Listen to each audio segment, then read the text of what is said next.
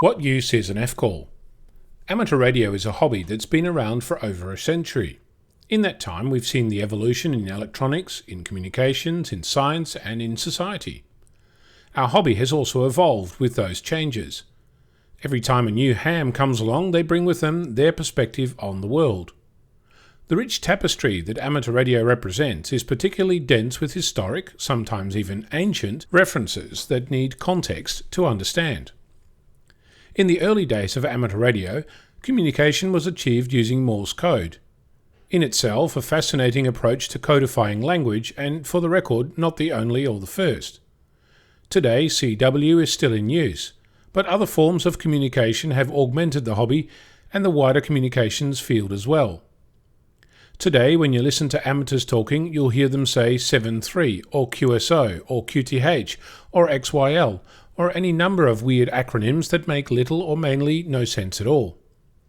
Let me start with saying that sentence again, but now using English words instead. Today, when you listen to amateurs talking, you'll hear them say best regards, or contact, or home station, or wife, or any number of weird acronyms that make little or mainly no sense at all. These acronyms have a history of their own. They come from the world of Morse because every letter counts, and if you can get a meaning across with less letters, you can get a message through faster. If you keep having to key home station, it's simpler to say QTH. I should point out that, for example, QTH changes meaning in itself. Officially, it means, what is your position in latitude and longitude?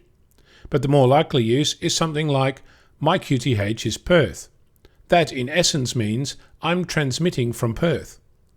These acronyms don't actually come from amateur radio, but from the British government, who prepared a list of abbreviations for use in ships and coastal stations.